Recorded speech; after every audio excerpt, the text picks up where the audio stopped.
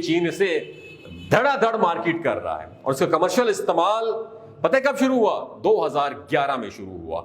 चीन के माहिरीन ने जब इसे कॉस्मेटिक में यूज करना इस्तेमाल किया तो पूरी दुनिया में गद्दों पर मुश्किल वक्त आ गया। चीन में सन 2000 में 1 करोड़ 10 लाख गद्दे थे, लेकिन अजीब ये टाइप जो है प्रोटीन की, इसकी जदीद इस्तेमाल के बाद यह तादाद कम होकर सिर्फ 40 लाख रह गई। और फिर चीन उसके बाद दुनिया में गधों की खाल का सबसे बड़ा बरामद कुनिंदा बन गया। युगांडा, तंजानिया, फासुबाली और सेनेगाल जैसे बहुत सारे मुल्कों में हर साल गधे की 18 लाख खालें इंपोर्ट करता है, जबकि डिमांड क्या है इनकी?